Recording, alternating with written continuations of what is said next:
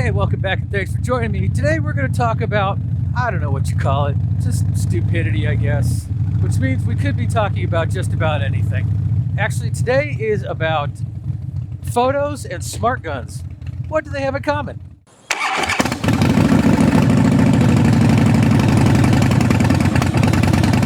Welcome back and thanks for joining me. I appreciate each and every one of you being here. It feels like forever since I've just done a straight talking vlog on the bike.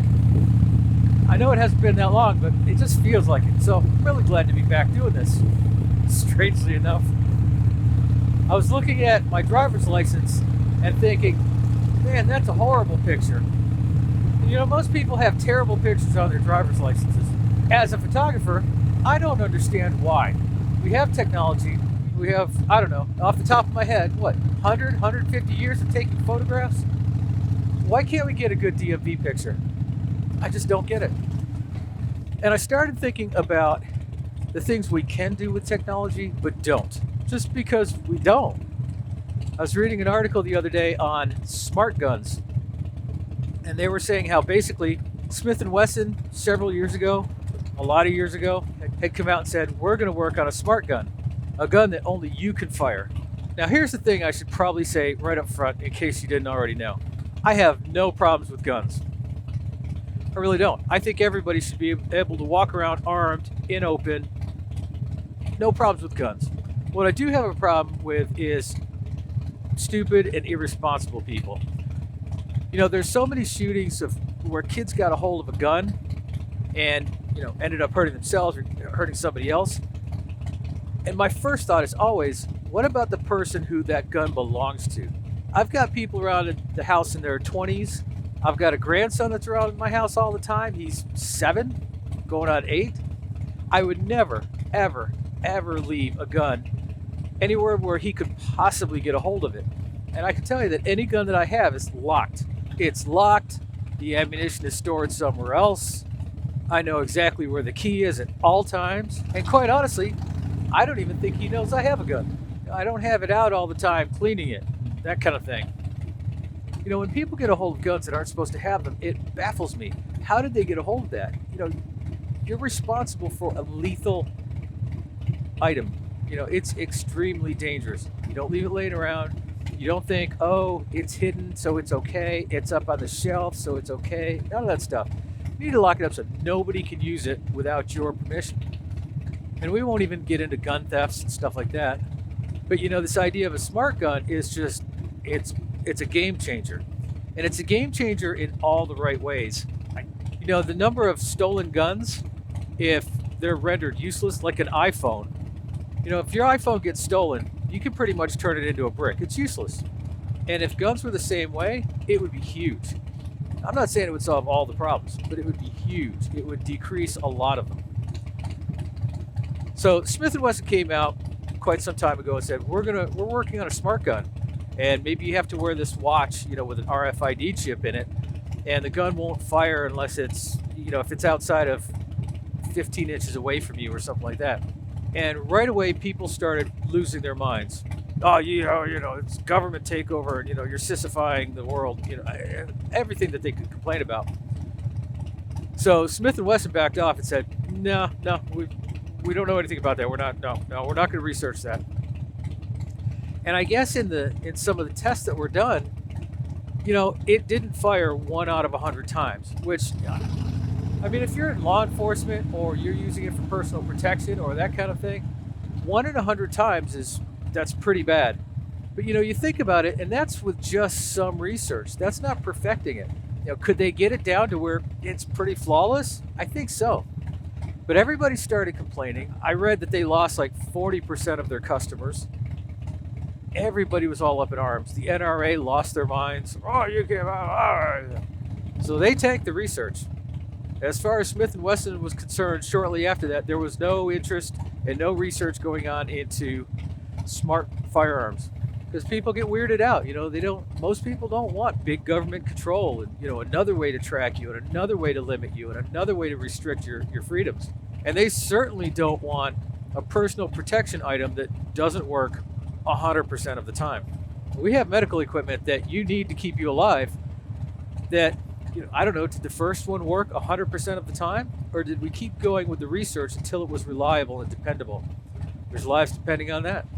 But, the market freaked out, and Smith & Wesson and every other gun manufacturer is motivated by profit, like every other business out there. The other hurdle that smart weapons ran into is, I guess there was a senator from New Jersey who said, smart weapons. We want smart weapons, and as soon as one hits the market, we're going to ban all the other weapons. Again, why don't you just throw gasoline on the fire? If people hear that you're going to restrict what they can do, they freak out. Let's go back to the story about light bulbs. I love this story because, it's about me. When the government came out and mandated that, nope, you can't make fluorescent light bulbs anymore, I was livid. I was ticked off. And my rebellious streak flared up. It's like Tourette's, only different. Like, tell me what I can buy and what I can't buy. You must be out your mind. But after time, I started looking at LED bulbs, and I don't really care if they are more expensive. The energy savings and the longevity of them, they dissipate less heat. They're usually better light. I love LEDs. I don't buy anything but LEDs, and I've got a closet full of fluorescent lights. So sometimes if you educate people and you don't threaten them and you don't scare them, they'll come to their own conclusion, because things that make sense make sense. So if the senator from, what was her name? Weinstein? I don't think it was Weinstein. That's too much like Harvey, and that's just stuck in my head because it's recent. Weinberg, maybe? If she had just used her head and said, okay, when smart weapons come out, we're going to make them a little bit cheaper. We're going to give people an incentive to buy them. And who in their right mind would buy a standard weapon after that? If I had my choice and I had a reliable pistol that I could buy, would I buy the non-smart version or the smart version? Well, if somebody steals my non-smart version, it's gone. And there's an incentive to steal that. If I've got a smart version that turns into a brick when it's outside my reach, then the chances are better that it's not going to get stolen. I'm going to keep it longer. I'm not at risk of losing it. That's a great incentive for me. And if it's comparable or cheaper than a non-smart weapon, I'm all over that. I'm not a zealot. I'm going to do what makes sense. Well, she used the B word. That's not cool. That freaks people out. Oh, no, they're banning weapons. And once again, the NRA mobilized. Now, here's the problem. We have the technology to make smart weapons that work. If they don't work perfectly now, with enough research, they could. And you could make a smart weapon that would be no less effective than a non-smart weapon. At the same time, you could save lives, because a lot of people who have weapons aren't responsible enough to own them, but they still do. So really, without taking away any functionality, you could make them more safe, and you could decrease school shootings, all this other stuff that goes on. And it wouldn't happen the day they all went on sale, but over time, as the non-smart weapons phased out, not were banned, but phased out, all this stuff would settle down. You could actually do programs like they have now, turn in a gun. You could do that, turn in a non-smart weapon and either get a smart weapon or get a discount, a big discount on them. You could convert that. People would do it. But, people have to get off their ideological pedestals and start thinking things through. Stop acting out of fear and power grabs. And, if you think about what gun control advocates want, is it really about the control, or do you just want guns to be safer or gone? I'm sure you prefer that they were gone. But is it just about the control, or that they're safer? To come out with something as heavy-handed as soon as the first smart gun hits the market, we're going to ban the non-smart guns. What are you, on the gun lobby payroll? How do you get to be a senator and be so short-sighted? It just amazes me. You're just poking the bear. Just poking the bear. Just poking the bear.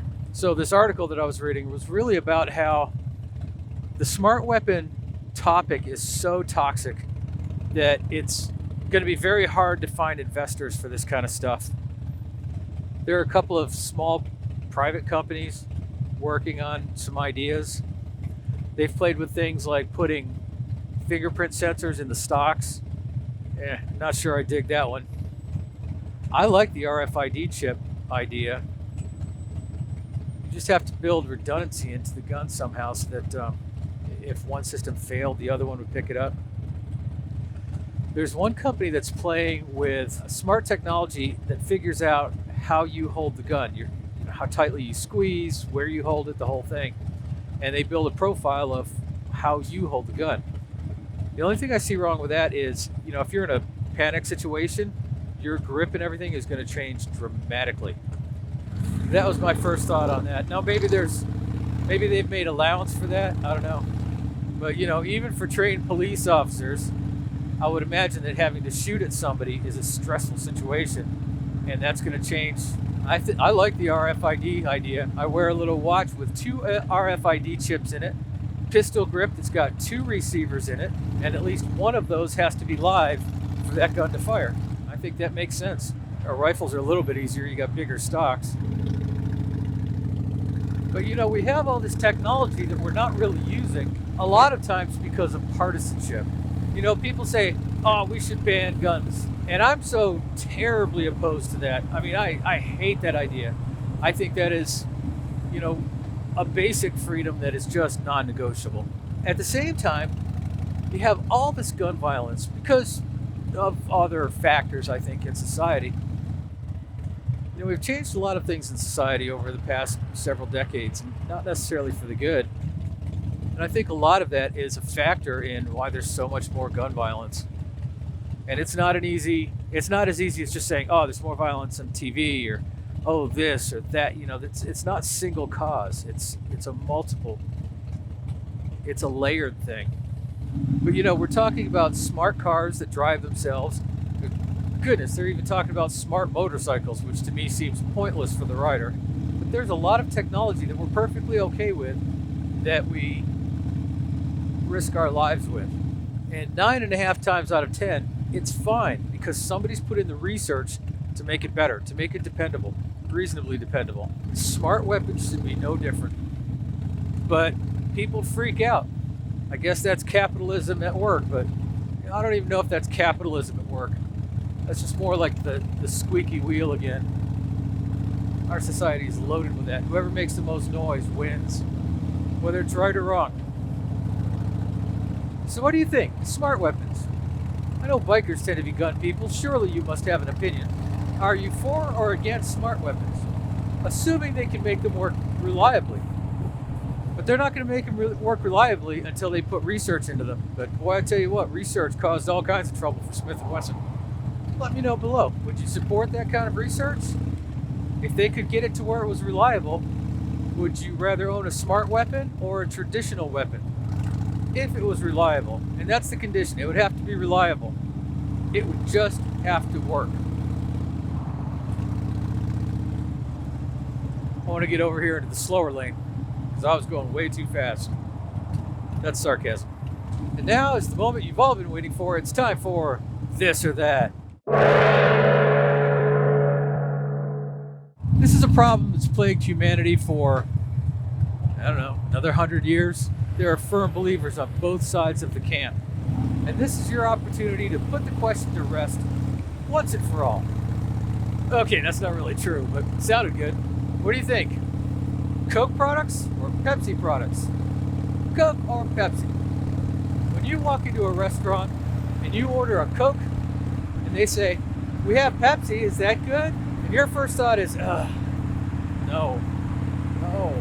Or do you walk into a restaurant and proudly proclaim that I am part of the Pepsi generation? And they say, how about a Coke? And you think, ooh, oh, no. What do you think? Coke or Pepsi?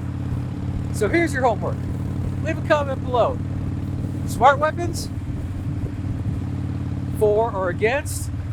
Do you at least support the research to look into it? Is the fear that they'll take away our guns a valid one? And Coke or Pepsi? I don't know if I should do Coke or Pepsi in the same conversation as guns. Those people get all crazy. Thank you again for joining me. I really appreciate you being here. I appreciate your time. I appreciate the support that everybody gives me. It is awesome running into people out at rallies and meets and stuff out in public that say, oh, I watch your channel. That's awesome. That said, go do something nice for somebody this week, making the world a little better place. Thanks again for joining me, and I will see you next time. Bye. But I still don't know what the excuse is for not having better DMV pictures. Is there some lobby someplace working against that? I don't know.